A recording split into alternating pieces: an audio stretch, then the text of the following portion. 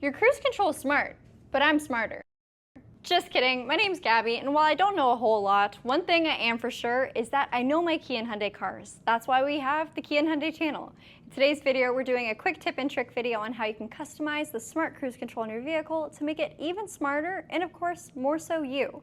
So today I have the 2025 Hyundai Palisade with me here today. This is our introductory trim level on the Palisade lineup to highway drive assist and smart cruise control. Now, as long as your vehicle has smart cruise control and has a screen larger than the 10.25-inch display, you should be able to customize both the reaction times, acceleration speed, and a little bit more in the vehicle's head unit. Let's hop in. So in this particular Palisade, we have the 12.3-inch touchscreen display. If you've got a smaller screen or if you've got the latest CCNC software, the look might be different, however the sequence is the exact same.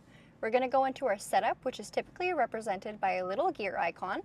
Click on that, and then go to your vehicle menu. From here, we'll go to driver assistance and find driving convenience. Driving convenience typically groups together your smart cruise control and then, if equipped on your particular car, the highway driving assist.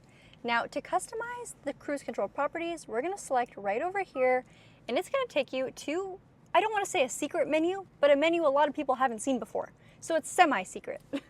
Over here, you can change the following distance, which isn't too important to note because you can change your following distance directly from the steering wheel right over here. What is exclusive to this menu though, is the acceleration speed. So we can check that out, bring it faster or move it slower, as well as your reaction speed. So move it to quicker, also slower. I know with my Kia Forte, my previous vehicle, whenever I would use my smart cruise control, I didn't love how long it took to react based off what was happening ahead of me. It did, however, have this menu and I could customize it, and that made a huge difference. So if you're not a fan of the way smart cruise control traditionally operates, check this out in your car to see where its current settings are at and customize it based off your specific preferences. It's also important to note that this is saved to the driver profile that you go and change it under. So right now this vehicle is in its guest mode. However, if I was a multi-driver household, I can go and select my driver profile screen, go to change user, and then make separate accounts for each individual driver of the household. There's 2 drive profiles and 1 guest profile, giving you a grand total of 3 different customizable smart cruise control modes.